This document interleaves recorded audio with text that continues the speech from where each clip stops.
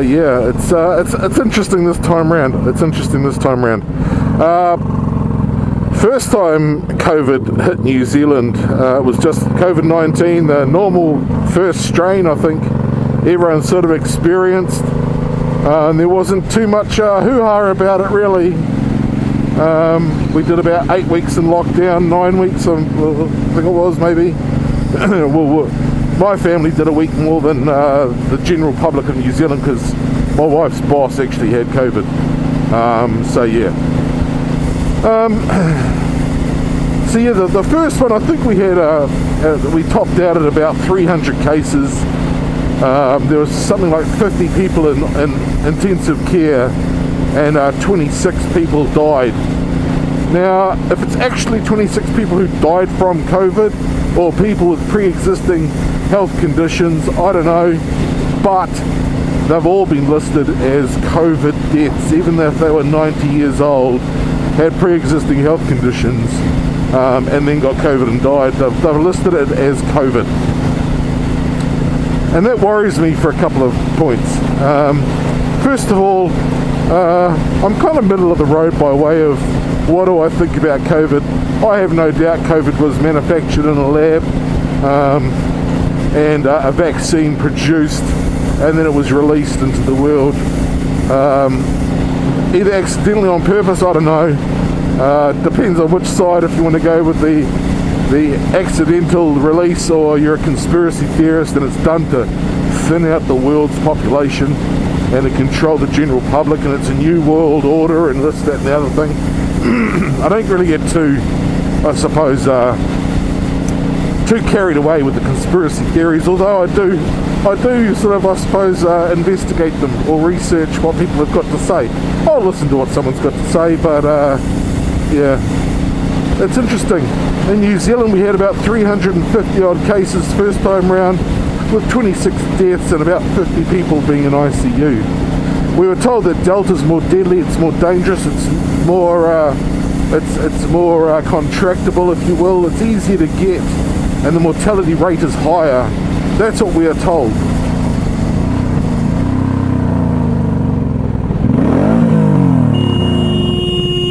Bloody ducks. That's what we were told. But this time around, COVID Delta has hit New Zealand. It actually hit New Zealand over 2 months ago, and all cases in the last couple of months that were in managed isolation and never got into the general public. There was no community transmission of the Delta variant within New Zealand, but it had been in New Zealand and we didn't hear about it. And no one was in ICU, and no one had died from it. As it stands currently, there's something like 700 cases in New Zealand, with about, I think it's 12 or 15 people in hospital, with about half a dozen of them being in ICU, and one death. One death from 700 confirmed cases. One death is a 90-year-old woman with pre-existing health conditions.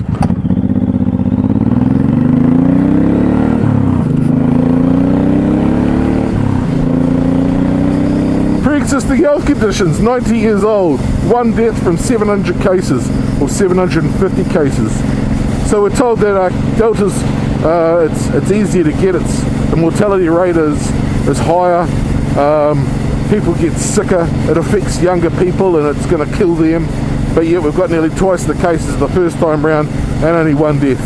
So far, New Zealand has spent something like $7.7 billion. $7.7 billion, which may not sound like a lot, but we've only got a population of just under 5 million people.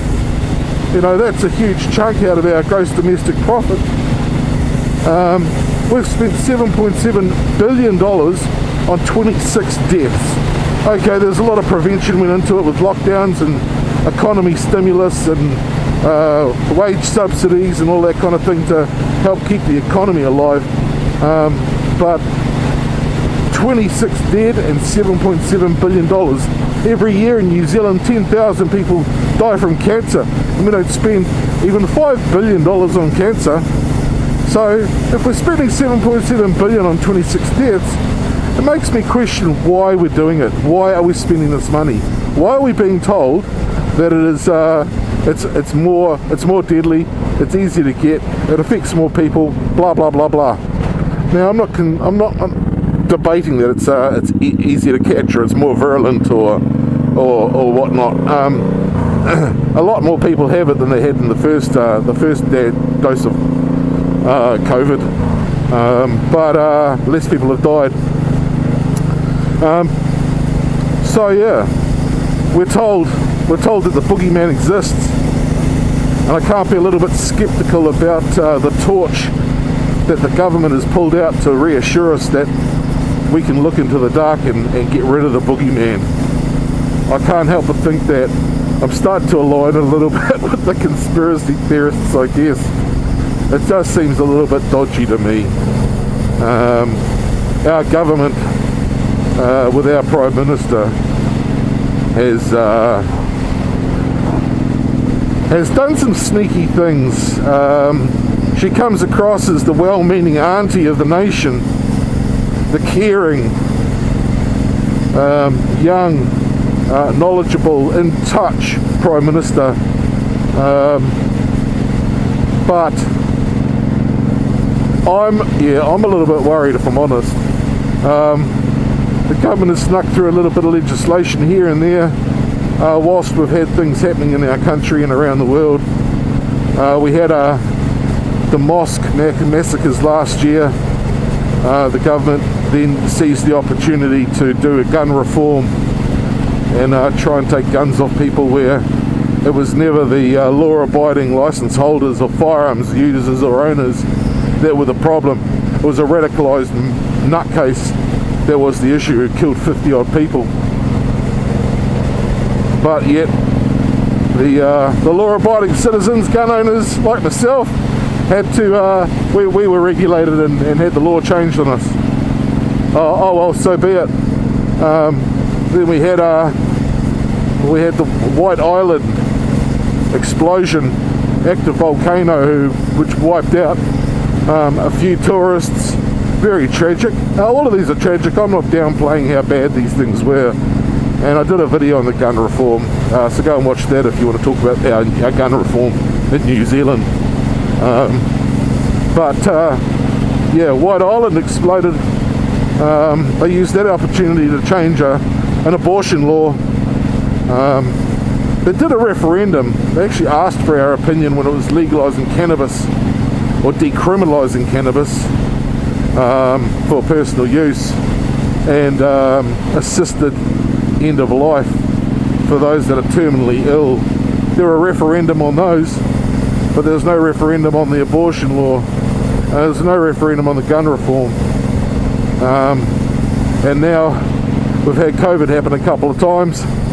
No doubt the government's been readying a couple of other bits of legislation they're going to try and push through without the general public being fully aware, because everyone's so worried about this Delta variant that's out there. It's going to kill everyone.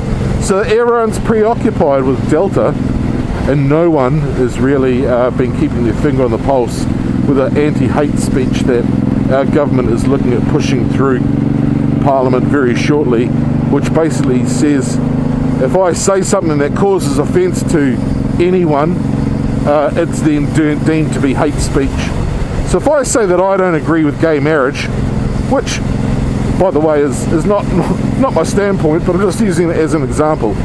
If I was to say to you that I disagree with gay marriage and it's abhorrent and unnatural and it shouldn't happen, and that offends one of you, then you would be able to go to the police, tell them that you're offended by my opinion, even though it's just an opinion, as hurtful as it may be, and I can be arrested or I can be charged with hate speech crimes. That's how sensitive this law is. It's ridiculous. If little Timmy is questioning what sexuality is and he goes to primary school, or if you're in America, elementary school, and he tells his teacher that he's no longer Timmy, that he's now Tabitha,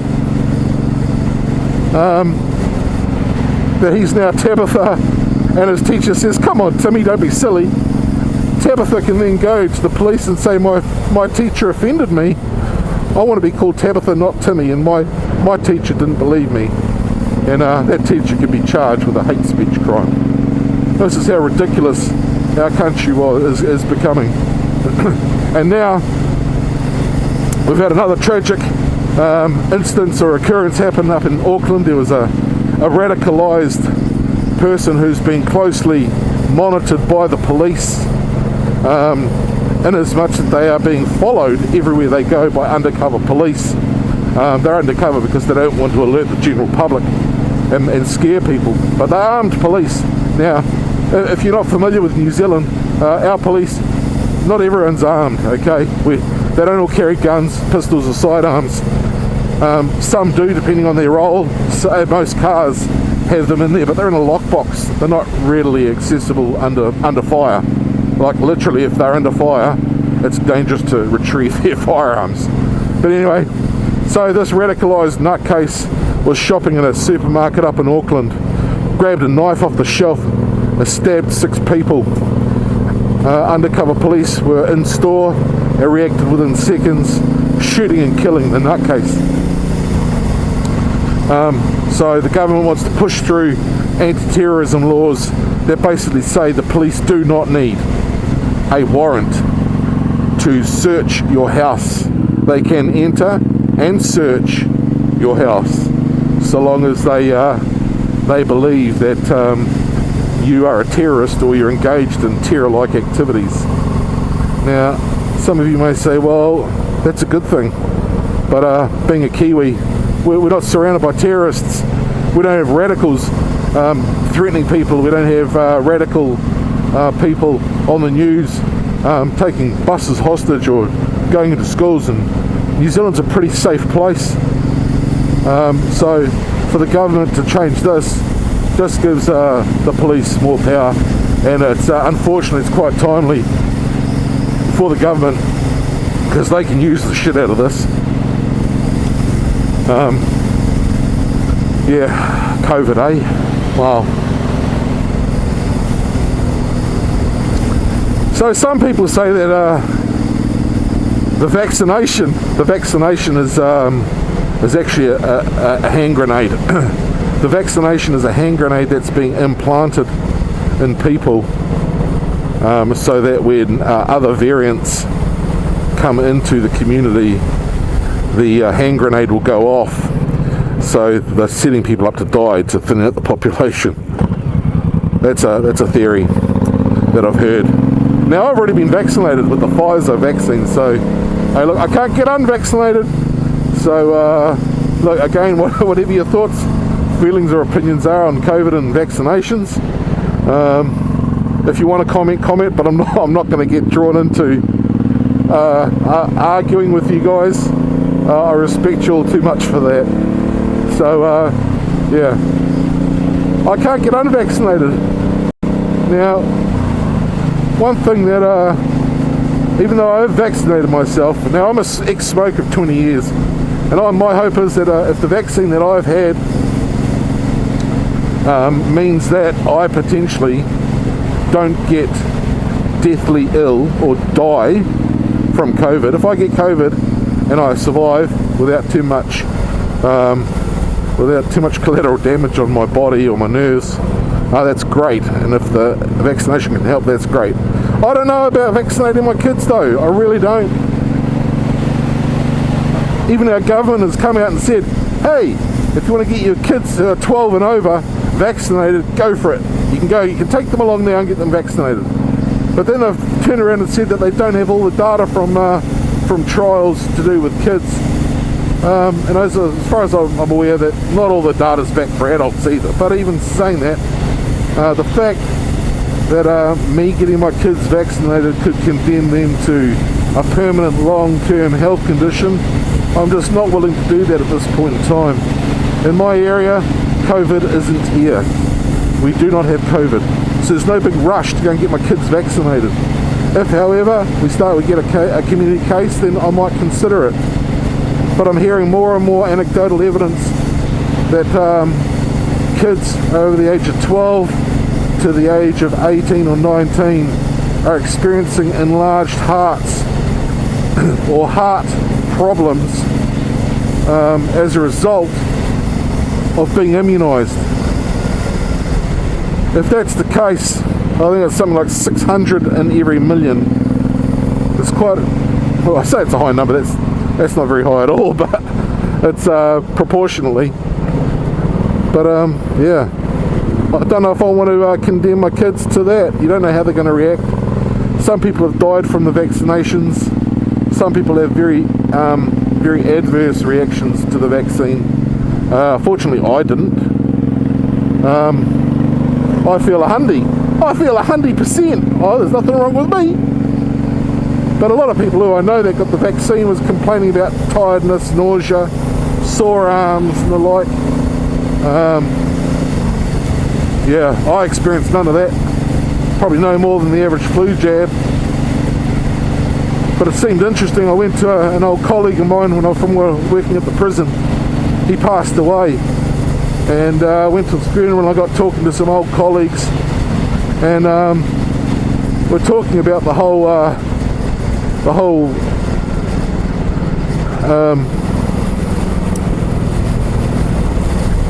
conspiracy theories behind vaccination and the like. And they said, we're gearing up for another lockdown. And then 2 days later we have another lockdown. So they said, oh, we're gearing up for another lockdown, and they were telling me all about it. No, I sort of didn't believe them, and I thought, oh, you guys are crazy. And then 2-3 days later, we're locked down. So you've got to, if someone's that on the money, it makes you wonder. It really does. But hey, I'm vaccinated. COVID's here. Hey, my viewers, you just got to live day to day like it did before COVID happened, and like I'll continue to. I'm not going to live in fear. If I catch COVID and die, I'm going to catch COVID and die. It's not going to stop me from doing the things I like doing with the people I love doing them with.